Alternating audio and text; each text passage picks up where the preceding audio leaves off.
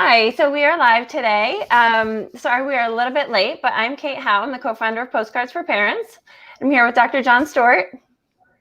And I am the proud clinical director for Postcards for Parents. And what are we talking about today, Kate?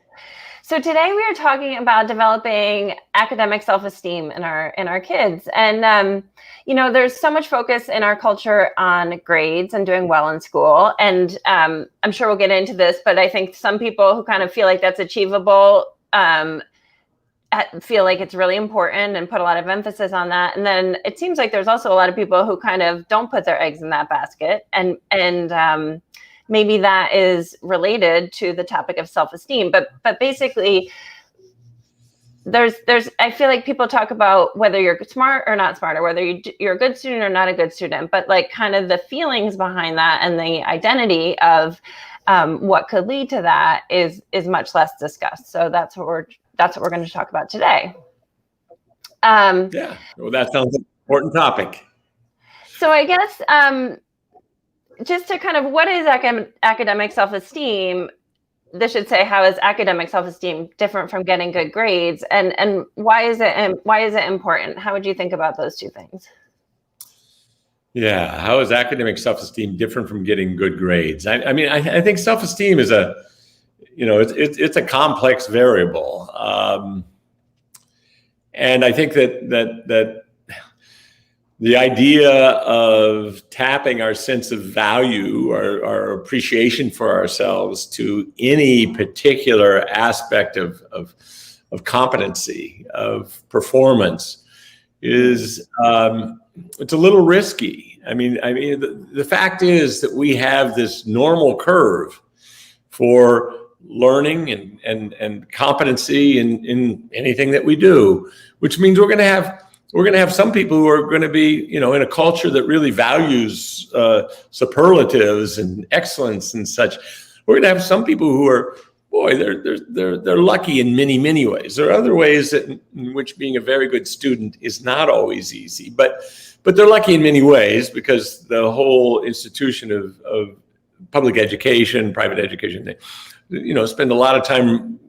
You end up having reflected back to you a lot of appreciation for what it is that you are good at, and that's great. But then you've got those kids who are in the middle of the normal curve and the kids who are in the lower end of the normal. That's an enormous number of kids who, if the metric of your esteem or the variable that determines how you feel about yourself as a person is tied to how you perform in academic tasks, it's going to be a relatively small group of kids who are going to feel great about that. Mm-hmm. So it's complicated. Now, it doesn't mean that there aren't ways in which to put kids into academic learning situations that do promote within them a sense of evolving competency, and for those kids who are at the other end of the curve, a sense of hope and value in who they are. And I don't think that our public education has attended to that particularly well. And then you've got kids who, because of different kinds of neurocognitive profiles, some kids are late bloomers. You'll find some very successful people who had tough early starts in education.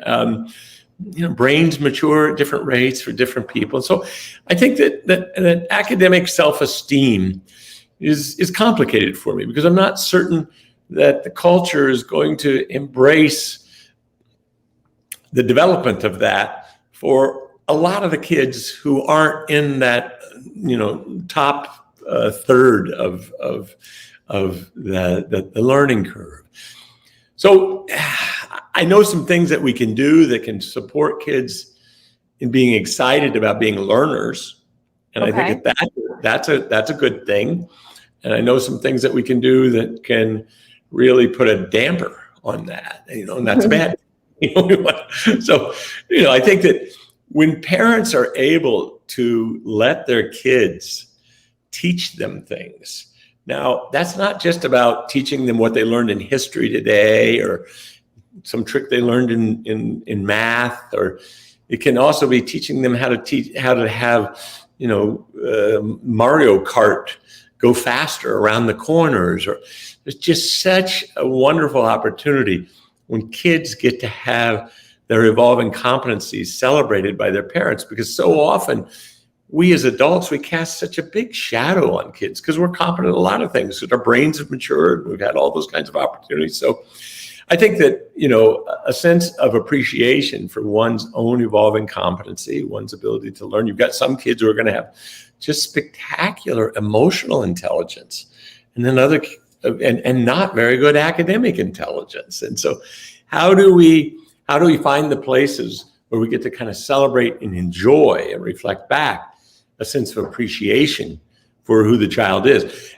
And I am afraid that in our culture, because we like things that are measurable, like incomes and grade point averages and SAT scores and things like that, we really have gone pretty heavy for the quantifiable stuff. Mm-hmm. And so we've got to be just really careful. I think our kids they're spirits. I see so many kids kind of end up with a sense of shame and discouragement around what they're not able to do relative to their brother or their sister or the kids in their class. Or kids are exquisitely attuned to the fact that the kids who are reading the green textbook are ahead of the kids who are reading the brown one. It's just they know how that all works, and that if in some way we don't talk about that, if we don't talk about the fact that brains develop at different paces, don't worry. You're a flower that's going to bloom midsummer. Well, these guys are flowers that they're tulips. They bloomed early, but those midsummer flowers, they often stay around longer and are. So I think we have to help protect kids from demoralization associated with the academic process.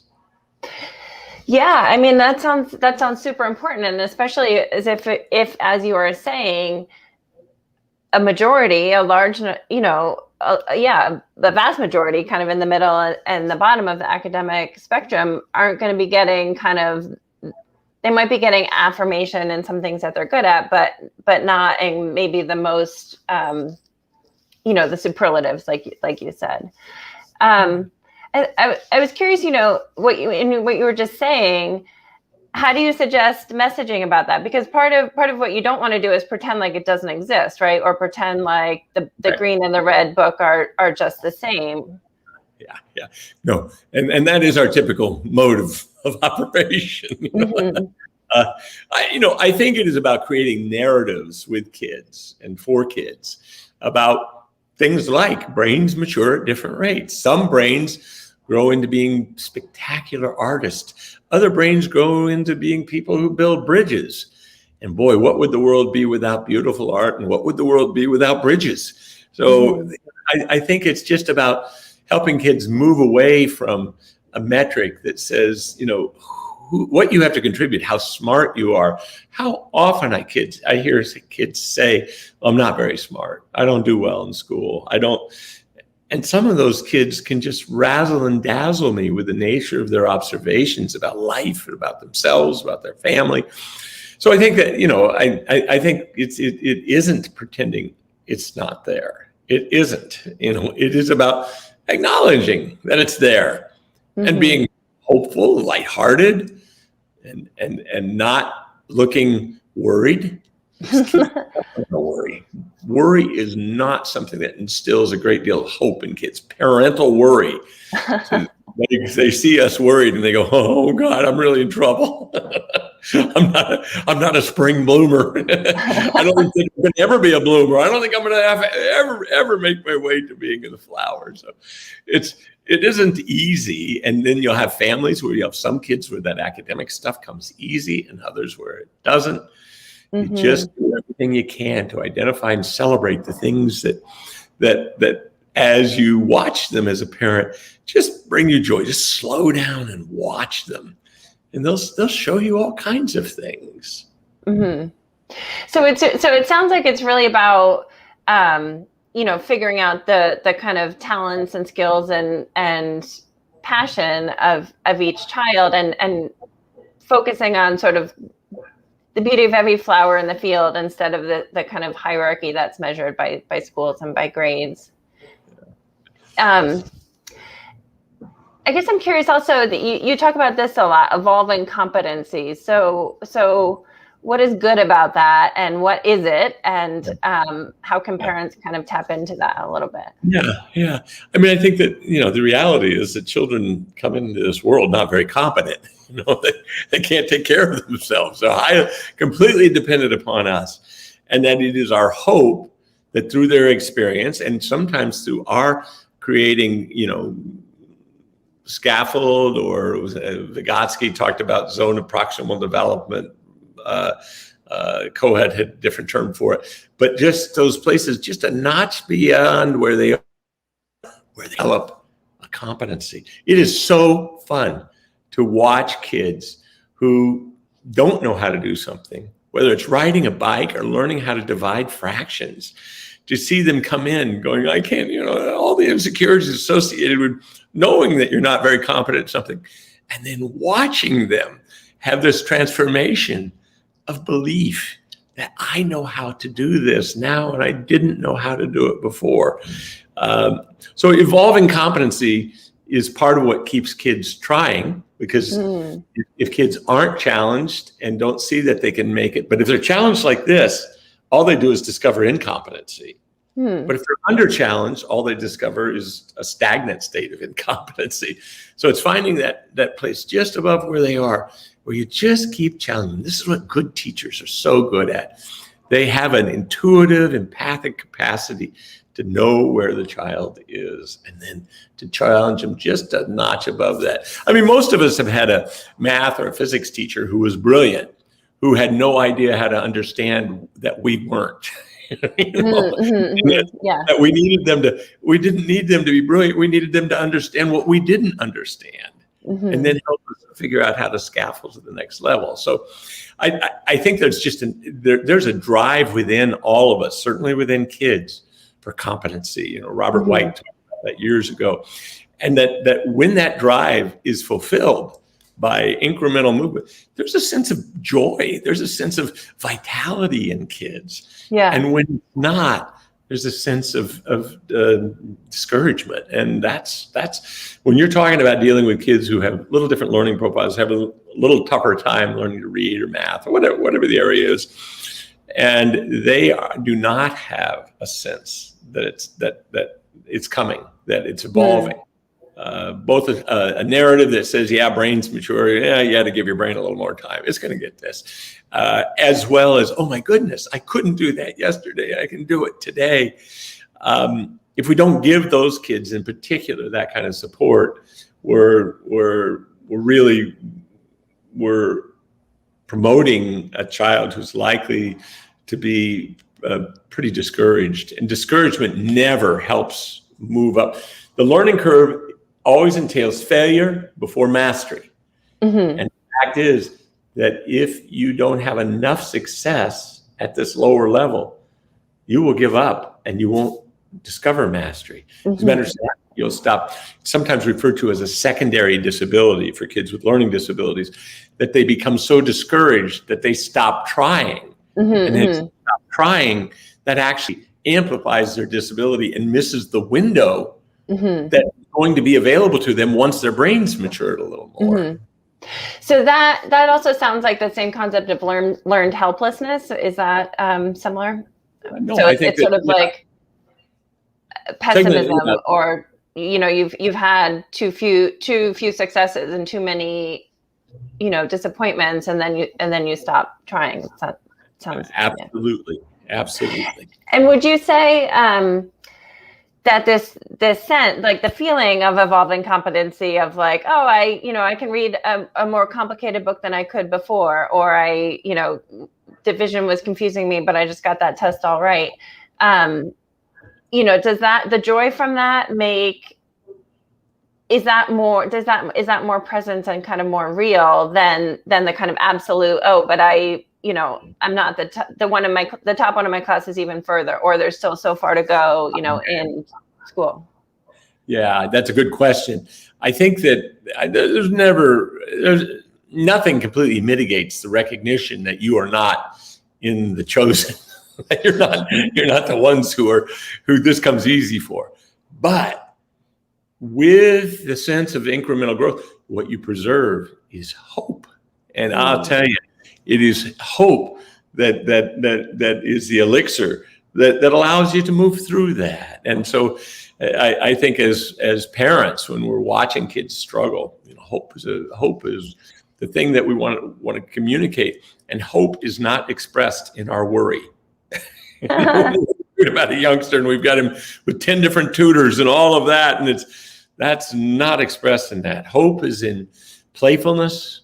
It's in appreciation for what the child's able to do. It's in recognition of those small steps that they're making. At some point we can also talk about what is it. I don't want to make it sound like those kids for whom this comes relatively easy are off the hook in terms of developmental challenges, because they're not. Because the expectations that they have for themselves, that their families have for themselves, the idea that they have to just keep proving themselves, many of those people, down the road, we may call doctor, but it isn't that they arrived at that point in the place. I'm not thinking medical doctor. I'm saying anybody who has a high level of although they certainly fall in that category, a high drive and need for achievement. There's generally an awful lot of weight on this. My value is about what I do, not about who I am. And that's never good. Okay, so we've identified two, maybe more kind of challenging scenarios. One is you do well in school, and then you think that people, your value is only in doing well in school and doing well in work. One is you don't do well in school, and then you think, I'm not valuable because I'm not at the top. So what's the kind of what's the way out? What's the middle? I think the way out, this is going to shock you to hear me say this, Kate, because it is so consistent with anything I ever say, is it's relationship. It is the child's experience of whoever's working with them, teaching them, as taking joy in them, as getting to know them, the child feeling felt and known. It is because that's what allows the teacher to this child who maybe is discouraged, and it's the sense of the adult who gets that, knows that, and understands that they need some support in making their way up to take those challenges, those risks of further failure. So I think that there's nothing that promotes cognitive efficiency and commitment and interest in learning, like relationship with the folks who are there, and the relationships predicated on the notion that these people know you well and they really enjoy you. Okay. And what can you do at home? I get that the relationship with the teacher is super important, and sometimes you get a better teacher, sometimes you don't, even if you do have a good teacher or a bad one. Sometimes you get a better parent, sometimes you don't. And all of us, sometimes that better parent and sometimes not. Yeah. So what, you had mentioned before parents kind of being excited to learn what their child can teach. What are some other things that parents can do at home to help their kids? Yeah. I think not over focus on school, don't be very careful about becoming homework police and having that contaminate your relationship with your kids. We've talked before about being playful, accepting, curious, empathic. It isn't necessarily that you're going to do something dramatically different in helping them deal with the challenges of the academic world. You may, as we talked about earlier, may want to help them create a narrative for, why it is that, some kids are doing physics in fourth grade and I'm still trying to figure out how to, spell, simple words, and that you've got to find a way to do that. The narrative is helpful for them, but the primary thing is the sense that they're valued, that they're loved, and they're not just a source of worry. I think one of the dilemmas that when you have a youngster who is struggling, it is very easy for parents to get lost in their worry. And the more they're worried, the more that gets reflected back to their kids, the more anxious their kids are, and the less able they are to do well. It's a dilemma, because it's hard not to worry about your kid when you see them struggling. So, so it sounds like that everything that you're saying is that the parent really needs to focus on the whole child and the positive aspects of the relationship, and that will just help the cognitive school aspects kind of take care of themselves. But is there a way that parents can kind of do more, or is that always no, absolutely. I'm not at all resistant to the idea of a good tutor, but it needs to be a tutor that the kid wants to work with and that the kid feels good about working with. Tutoring can be really helpful, because there's no question that in the, with respect to neurodevelopment and learning, the practice is one of the things that creates those neurochannels, that neurons that fire together, wire together. The more often they're being challenged, the more they're creating that opportunity, but not at the expense of the relationship with the parent, or at the expense of having the child feel like that's the only thing that really matters, is that. So trying to find that balance. But a good tutor is, give me a youngster who is having some struggles with learning, give me an experience with a really good tutor over therapy any day. Because a good tutor knows what the kid knows, makes the kid feel felt. They know what the youngster doesn't know. They know how it feels to not know that, to feel less competent. And that good tutor at the end of each session, hopefully the same thing with a good therapist, at the end of each session, the child feels better. They feel better about themselves. And so, those are, that's one way to determine whether or not you've got a good therapist or a good tutor, is how does the child feel at the end of the time? Well, right. And I can imagine that with a good tutor, the child feels better because something that was mysterious is now makes sense. So there's like less anxiety about absolutely. But I would also say it's because they also had an adult in their lives, and then they may have others. I'm not saying that this is, but an adult in their lives who kind of got what they didn't get, and knew how to find them, and was able to take them through it. Okay, so one other question that's come up from what you said is, so how can parents manage their own feelings about their child's performance, or what do you recommend that parents do? I mean, on the one hand, you do have this culture, which is increasingly, like, there's a headline every week about income inequality, how education is the disparity, so it's something that feels at least like it has real world repercussions for your child's future. How do you? And it does. It does. I don't want to be misconstrued in asserting that education is not profoundly important. It is. The question is, how do you get kids to avail themselves of academic learning opportunities? And how do you deal with kids who started slower? Their brains developed a little slower, and so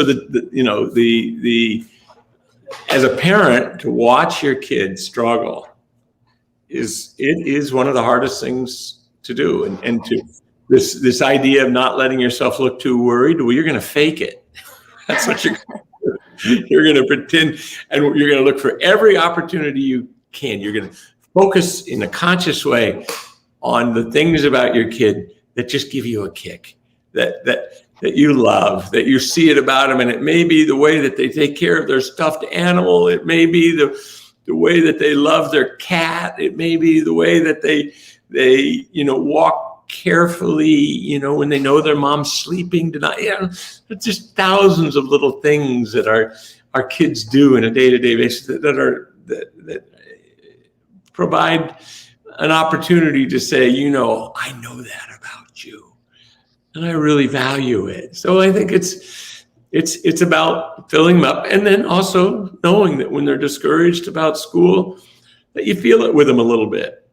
I know it. I know it's hard when you're in the blue brown book and he's in the green book. Oh, buddy, you don't go straight to saying, well, your brain's going to develop down the road. It's okay. That is okay to say later. It's helpful to say later, but you start out with helping them feel like they're felt. You get it. Mm-hmm. I think it's Yeah. okay also if you're lucky enough to have a dad or a mom or a grandparent who had a similar kind of brain, and mom, who is now the smartest person any of us know, she was slow to start to read. Those kind of things, even if you have to make it up, it's okay. Mm-hmm. But more often than not, you don't have to make it up, because in some respects, the acorn doesn't fall that far from the tree with respect to some of this academic stuff. Yeah. Yeah, I had an experience with what you were just saying about kind of noticing all the wonderful things that you could. There was, this was like a year and a half ago. My husband was away for 3 months, so it was right before coronavirus. So it was just a hard time. It was the middle of the winter, and we're dealing with the separation from him, and it wasn't particularly about school, but it kind of did have an impact, which is, so every morning I wrote them a note with like one strength that I had noticed from the day before. And they loved it. It was great for me. I did it for about 3 months, and it's one of those things that I wish that I could do permanently. It kind of faded out, but it was definitely profound in our relationship. Yeah. Great. Yeah. No, that's sweet. Those little gestures, those little rituals, those little moments of just stopping, expressing to your kid a sense of gratitude for who they are, not what they do. It's okay to have appreciation for it. Boy, you helped set the table. You did such a nice job, buddy. Oh, it makes me feel so loved when you help me that way. Whatever, just keeping it light. But at the same time, an expression of real appreciation for them. It's not that hard when we're conscious of it. Okay, so as you said, it sounds like so much of setting our kids up to be in the best space possible for them to learn at their best capacity is relational and security based. Right? So we know about the brain that it learns best when it's feeling safe and connected and everything. And then using that connection and knowledge to challenge a child just a step beyond where they are. Okay. And do you recommend that parents kind of do that in their home lives? For example, like you're baking cookies and you're like, well, it says 2 tablespoons. How many, you measure it out, or like kind of, putting math and science into daily life, or is that? Oh, absolutely. Oh, absolutely. There's no reason kids love to be competent. I've got a grandchild. She loves to cut carrots, and then see her carrot be in the salad. She's 4 years old. She just loves it, and that. So yes, teaching them as you go along, and when they start pulling back, my 6-year-old or 7-year-old grandson, I'll be trying to teach him something. He'll ask me about anything from how does the sewage plant work to what's down below these manhole covers, or whatever it is. And his old granddad will start talking, and he'll pretty quickly let me know when he's got enough information. He'll either say, all right, I got it, or he'll say, that's getting boring, Granddad. Yeah. Yeah, no, we get those messages loud and clear too. Yeah. All right, last question I have for you is around how should we react to the work that our child shares? Because there's this thing about praise, and I feel like a default of parents is to be like, that's amazing, or wow, I've never seen a picture that's so pretty. But I understand that that's not ideal. Is that correct? No, I mean, I don't. Some of that is okay, is ideal, I guess. But the main thing, if you can pull them into it, say, tell me about your picture. Tell me about so you got 100 on that. What was that like? Was it hard? Was it, just do what you can to not just reflect on the product, but also on the process and join them in some way. But, sometimes saying, that's the best cow picture I've ever seen. I love that cow. I looked at it and instantly I thought, I've seen that cow out in the field before. Just have fun with them, and because appreciation for their productions, there's nothing wrong with that. But you also want to be you want to avoid comparison. Okay. That's so much better than what I saw there or there. There's who was that? It was Theodore Roosevelt. A Roosevelt quote was that comparison is the enemy of joy. So anytime, it's a beautiful quote. Anytime we move into a position of comparing my house to your house, my girlfriend to your girlfriend, my painting to your painting, it really pulls us away from the more absolute aspect of just joy. So it's not, that's the best painting I've ever seen, but I love that painting. So just, I think in every way that we can, kind of steering ourselves away from comparison is I think it's helpful. But just a question about that, because I definitely I have experienced what you're saying, but there is a valuable kind of informational component of comparison, like, oh, that painter, used this technique and it had this result, and I can learn from that. Or even, this student, they seem to study by doing XYZ, and I can learn from that. Or even, that kid in my class can read that book. I know that's possible for somebody like me, so I'm gonna try and do that. So. Oh yeah, no, I think it's when comparison is used in some way. It's kind of finding where does this thing relate to that, and so I think kind of qualitative.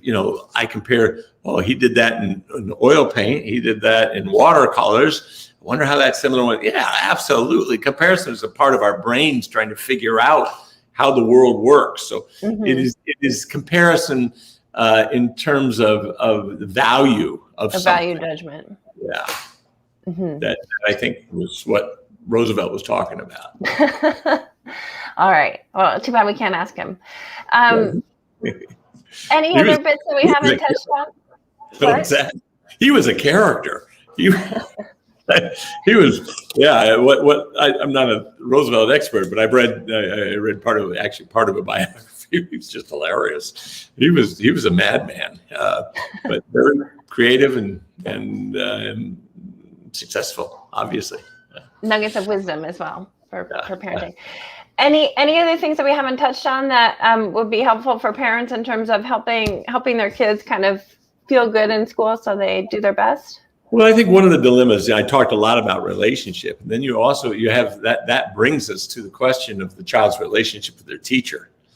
If your child is struggling in the relationship with the teacher, that's a tough moment as a parent, because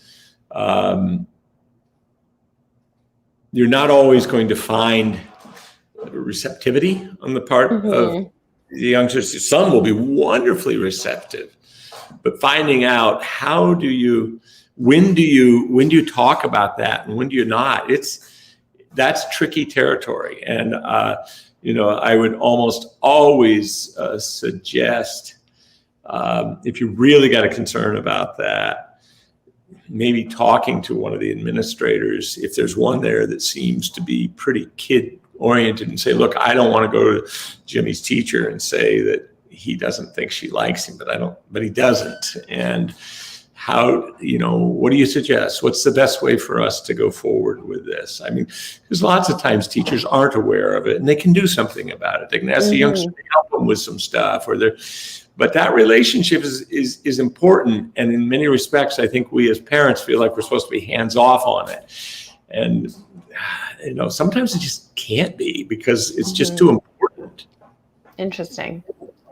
Yeah, I think that's a good point, that a teacher might have a certain style and might not realize that they're having the impact that they are on your child. Yeah. So that's a kind, as somebody who consulted to schools, my going into a classroom to talk to a teacher about the fact that, through my encounter with this child, he doesn't think he likes you, or the teacher of your kid. Boy, you got to do that with a lot of finesse and a lot of support. or it backfires in some way. And so this is not, I say you're supposed to act like you don't worry. Well, it's hard to not worry when you know all these variables about your kids, as parents do. But you just try not to get too lost in it. Mm-hmm. Yeah. All right. Well, thank you for those tips and bits of information for today. That was really helpful. Kate, it's always fun to talk to you. You've always got such good questions. And so I will look forward to whatever we're talking about next week. Sounds great. Thanks, John. You've got great answers. Bye-bye. Bye.